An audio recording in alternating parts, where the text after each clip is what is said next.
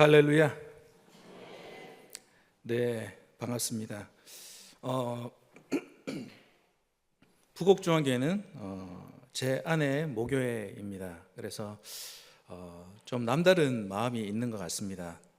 제 아내가 또 어려서부터 신앙생활을 해왔고, 또 저와 결혼해서 선교지를 나가기 전까지 또 섬겼던 그런 교회이기도 하고, 또 아직도 여전히 또 많은 분들이 또 제 아내를 기억하시는 분들이 계십니다. 그래서 지난 2003년에 저희가 처음 선교사로 파송받아서 방글라데시를 갔었고, 지금 20년이 넘었죠. 20년이 넘는 시간 동안 저희를 위해서 기도해 주시고 또 함께 동력해 주신 우리 부곡중앙교회 성도님들께 진심으로 감사드립니다. 그러면서 제가 오늘 말씀을 광야를 걷게 하신 이유라고 잡은 이유는, 어찌 보면 우리 인생이, 특별히 믿는 자의 삶이 광야와 같지 않습니까? 또 광야와 같다라고 많이 얘기하십니다. 또 많은 설교자들에 의해서 이렇게 또 선포되어지고 있는 것이죠. 우리가 살아가는 삶 가운데 그 광야라는 그 현장은 우리가 스스로 원해서 가시는 경우는 거의 없으실 것입니다. 대부분 떠밀리듯이, 어쩌면 갑작스럽게 다가온 그런 상황 가운데서 광야에 들어가실 때가 많이 있다라는 것이죠. 여러분들은 어떤 광야에 거하고 계십니까? 여러분들의 인생 가운데 많은 문제들이 있죠. 관계로 인해서 발생하는 문제들. 그래서 그런 관계의 그 복잡함과 꼬여짐, 그리고 풀리지 않는 그 관계성 가운데서 광야길을 걷고 계시는 분들도 분명 계실 것입니다. 그리고 재정적인 어려움들, 재정적으로 풀리지 않고 재정적으로 계속해서 묶여져 가는 그 어떤 재정으로 인해서 들어가게 되는 그 광야길을 걷고 계시는 분들도 있으실 거고요. 또 여기에 또 대부분은 부모님들이신데 자녀들을 걱정을 많이 하시고 기도를 많이 하실 줄로 믿습니다. 그 자녀들에 대한 안타까운 마음들, 자녀들을 바라보면서 또 광야를 걷게 되는 그런 상황들도 있을 수 있고요. 또 젊은이들은 취업과 결혼과 또 부부 생활과 또 여러 가지 어려움들 가운데서 광야길을 걷게 될 수가 있다라는 것이죠. 어떻게 보면 우리 모두는 지금 광야 가운데 있습니다. 그렇지만 그 광야가 어떤 광야인가 하는 그 다름만 있을 뿐이다라는 것이죠. 제가 2008년도에 첫 번째 안식년을 하면서 이집트를 방문을 했었습니다. 하나님께서 이집트에서 이슬람 지역 교회 개척 학교를 하게 하셨습니다. 그러면서 이집트의 여러 지역들을 방문하게 하셨는데, 특별히 제 인상에 남았던 지역은 이스라엘 백성들이 이집트에서 노예 생활을 하다가 탈출을 한 경로를 쫓아가 봤습니다. 그들이 탈출할 때 지나갔던 이 길입니다라고 얘기를 듣는데, 그 길 가운데 수많은 광야들이 있더라고요. 그런데 그 광야가요, 동일하지는 않았습니다. 어떤 광야는 모래만 수북하게 쌓여 있는 광야가 있었고요. 어떤 광야는 정말 거친 돌들이 막 수도 없이 뿌려져 있는 그런 광야도 있었고, 어떤 광야는 언덕들이 막 이렇게 있는 광야들도 있었고, 어떤 광야는 높은 산과 같이 이런 절벽들, 바위산들로 이루어진 협곡으로 이루어진 그런 광야도 있었고요. 놀라운 사실은 광야 가운데 오아시스도 있었다라는 것입니다. 우리가 살아가는 삶 가운데 처한 광야는, 어떤 분은 부드러운 모래와 같이 견딜만 해라는 그런 광야를 지나고 계실 수도 있고, 계속해서 발을 찢는 그런 거친 돌과 같은 그런 광야를 거니시는 분들도 계실 것이고, 어떤 분들이 이 광야 가운데서 어떤 언덕에 올라간 조그마한 성취감을 맛보시는 분들도 계실 것이고, 어떤 분들은 높은 산 절벽과 같은 높은 언덕에 올라가 계신, 그래서 야, 여기가 정말 좋다, 광야지만 내가 뭔가를 이루었다라고 생각되어지는 그런 광야의 경험을 하시는 분들도 계실 것이고, 좁은 협곡을 지나시면서 야, 앞길을 알 수 없다, 도대체 내 인생은 어떻게 될 것인가 고민하시는 분들도 계시고, 또 어떤 분들은 이 광야의 여정 가운데 오아시스를 경험하고 계시는 분들도 계실 것입니다. 그런데 문제는요, 우리의 종착점은요, 광야가 아니다라는 것입니다. 우리는 광야를 지나가야 합니다. 광야는 지나가야 하는 곳이죠. 그리고 그 광야 끝에 기다려 계신 주님께로 거쳐가는 여정이라고 얘기할 수 있는 것입니다. 오늘 말씀 가운데 보니까 모세가 지난 40년 동안 광야길을 걸어온 가나안 땅에 들어가야 될 다음 세대들을 향해서 말씀을 선포하고 있는 것이 보입니다. 모세가 신명기 8장 2절에 이렇게 얘기하고 있습니다. 내 하나님 여호와께서 이 40년 동안에 내게 광야길을 걷게 하신 것을 기억하라. 이는 너를 낮추시며 너를 시험하사 내 마음이 어떠한지 그 명령을 지키는지 지키지 않는지 알려 하심이니라. 이집트를 떠난 그 수많은 이스라엘 백성들은 각자의 삶의 스타일이 있었습니다. 그리고 이집트에서 배워왔던 세상의 삶의 방식들이 있었다라는 것이죠. 어쩌면 우리도 구원받은 이후에 여전히 세상의 삶의 방식대로 살아가고 있을지도 모릅니다. 그런 우리들을 하나님께서는 어디로 데려가시냐면 광야로 데려가시는 것이죠. 그 광야 가운데 데려가시는 이유와 목적은 주님께서 말씀하시는 것은 너를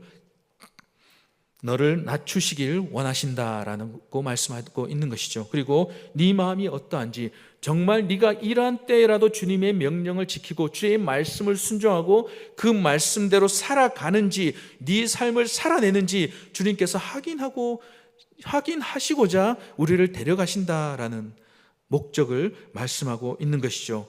너를 낮추시며 너를 줄이게도 하시고, 또 그 줄이게도 하시는 상황이었지만 사실은 그 상황 가운데서 조상들도 알지 못했던 만나를 또 먹이시는 은혜를 허락하시는 그 하나님. 그래서 주님께서 가르치기 원하셨던 것은 사람이 떡으로만 사는 것이 아니다라는 것이죠. 세상 사람들은 돈으로만 살아가고 세상의 논리와 세상의 원리 원칙으로 살아간다고 얘기하지만 믿음의 삶은 그런 것이 아니다라는 것입니다. 믿음은 하나님과 동행하는 곳에서 은혜를 입고 그 은혜로 살아가는 것이죠. 하나님의 인도하심, 하나님과 함께 걸어가는 것이 믿음의 삶이고 믿음의 여정입니다. 우리는 떡으로만 살지 않습니다. 하나님의 말씀으로 사는 것이죠. 믿는 자들은 하나님의 말씀으로 살아가는 방법을 배우게 되는 것입니다. 그 현장이 어디냐면 광야라는 것이죠. 어떻게 사람이 떡 말고 다른 것으로 살 수 있지라고 고민하고 염려하던 그 모든 높아진 생각들을 깨뜨려 버리시는 현장이 바로 광야라는 것입니다. 나의 믿음, 나의 신념들, 나의 생각들, 나의 이성들이 처참하게 깨뜨려지는, 내 생각대로 흘러가지 않고 정말 앞길을 알 수 없는 고통 가운데서 허우적허우적거리면서 쓰러지고 넘어지고 깨뜨려서 끝내는, 주님 앞에 부르짖을 수밖에 없는 그 현장이 바로 광야라는 것이죠. 그때 우리가 고백하는 것은 사람이 정말 떡으로만 사는 것이 아니라 오직 주님의 말씀으로 사는 것이군요 라는 그 고백을 주님께서 받아내시는 현장이 바로 광야라는 것입니다. 그런데 놀라운 것은요, 그 광야 가운데서 우리가 줄이는 줄 알았습니다. 우리 옷이 다 헤어질 줄 알았습니다. 그런데 이 40년 동안에 내 의복이 헤어지지 아니하였고 내 발이 부르트지 아니하였느니라. 이 광야 현장 가운데 하나님은 우리를 버려두지 아니하신다라는 사실입니다. 우리 주님의 이름은 임마누엘이십니다. 임마누엘은 우리와 함께 하시는 하나님이시죠. 하나님은 우리를 고아와 같이 버려두지 아니하십니다. 우리가 걸어가는 그 고난한 그 광야의 그 현장 그 시즌마다 하나님께서 우리와 함께 해주시고 만나를 먹여주시고 반석을 쳐서 물을 터뜨려 주시고 하나님의 방법으로 우리들을 이끌어 가신다라는 사실이죠. 그런데 중요한 것은요, 대부분의 이스라엘 백성들은 하나님의 그 인도하심을 바라보지 못했습니다. 그들 발길에 차이는 바위를 바라보고 메마른 사막을 바라보고 거친 들을 바라보면서 불만하며 그곳에서 죽어갔던 것이죠. 우리는 그러지 않았으면 좋겠습니다. 메마른 땅이라 할지라도 주님은 그 가운데 강을 만드시고 길을 내시는 기적의 하나님이십니다. 우리 삶 가운데 기적을 베푸시는 하나님, 그 하나님께서 우리를 그 광야 가운데서 계속해서 연단하시는 이유는 우리가 믿고 따르는 하나님이 어떠한 분이신가를 우리 삶 가운데서 경험케 하시기 위함이다라는 사실인 것이죠.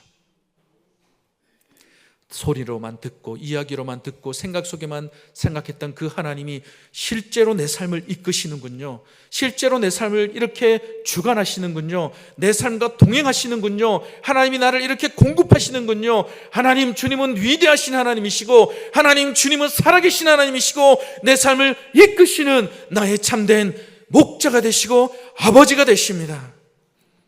호세아서 2장에 보면 주님께서 이렇게 말씀하십니다. 내가 너를 타일러서 거친들로 데리고 나가겠다. 그 거친들은 광야죠. 주님께서 우리를 타이르시고 설득하셔서 광야로 데리고 나가겠다라고 말씀하십니다. 그 이유는 뭐냐면 그곳에서 내가 내게 장가들겠다. 너와 결혼하겠다. 노예가 아니라, 그저 나를 따르는 백성이 아니라 나의 신부로 너희들을 취하겠다. 나랑 함께 자고 나랑 함께 먹고 나랑 함께 한 길 한 길 걸어가는 나의 신부의 위치로 너희를 취하겠다. 그것이 광야의 인생길을 걸어가는 우리에게 주어진 주님의 축복의 약속의 말씀인 것입니다. 그 말씀을 붙드시고 여러분들이 처한 그 광야를 담담함으로 걸어내십시오. 저도 하나님께서 또 다른 광야로 이끌어 내시고 있으십니다. 저를 설득하시는 과정이 있으셨던 것이죠. 사실은 인간적인 마음으로 안주하고 싶기도 했고 머물고 싶기도 했습니다. 그런데 주님께서 설득하시고 또 설득하셔서 다시 한 번 더 빈들로 이끌고 가십니다. 그런데요, 억지로 끌려가지 않습니다. 기쁨이 있습니다. 감사함이 있습니다. 왜냐하면 그 광야 가운데 놓여진 아버지의 뜻을 알기 때문에, 그곳 가운데 놓여진 하나님의 축복, 하나님의 약속을 알기 때문에 걸어나가는 것이죠. 선택하는 것이죠. 비록 인간적인 모습으로는 힘든 모습일 수도 있습니다. 어려움이 있을 수도 있습니다. 그렇지만 그 광야 가운데서 누릴 축복은 놀라운 것이죠. 낮에는 구름 기둥과 밤에는 불 기둥으로 내 삶을 지키시고 이끄시는 분을 내 눈으로 들어본 즉 볼 수 있는 은혜의 현장인 것이죠. 그러니 여러분들 환경을 바라보시며 또 다른 누군가를 바라보시며 탓하시고 그 광야를 불평과 불만으로 보내지 마십시오. 믿음으로 결정하십시오. 주님 깨지겠습니다. 주님 무너지겠습니다. 주님 하나님의 살아계심을 나타내 주시옵소서. 하나님의 살아계심을 경험케 하여 주시옵소서. 주님과 동행케 하여 주시옵소서. 그렇게 결정결단하시는 저와 여러분들 다 되시기를 주님의 이름으로 축원드립니다. 함께 기도하시겠습니다. 거룩하신 하나님 아버지 감사합니다. 하나님께서 저희들을 사랑하셔서 저희들을 타이르셔서 또 저희가 주님의 영광을 보지 못하고 있기에, 주님의 계획을 알지 못하고 있기에 저희들을 광야로 이끌어내셨습니다. 하나님, 힘듭니다. 어렵습니다. 그렇지만 그 광야로 이끌어내신 아버지의 목적을 저희가 알게 하여 주셔서 감사합니다. 낮아지게 하여 주시고 깨뜨려지게 하여 주시고 죽어지게 하여 주시옵소서. 그래서 하나님, 주님께서 다시 한 번 더 우리를 살리시고 우리를 다시 한 번 더 이끄시고 먹이시는 하나님의 놀라우신 기적을 경험케 하여 주시옵소서. 하나님, 살아계신 하나님으로, 내 삶과 동행하시는 하나님으로 우리가 경험케 하여 주시옵소서. 그래서 우리에게 주어진 이 믿음의 삶, 이 여정이 광야와 같을지라도 믿음 안에서 당당하게 저희가 살아낼 수 있도록 주님 역사해 주시옵소서. 주님 감사드립니다. 주님만이 영광 받아 주시옵소서. 예수님 이름으로 기도드리옵나이다. 아멘.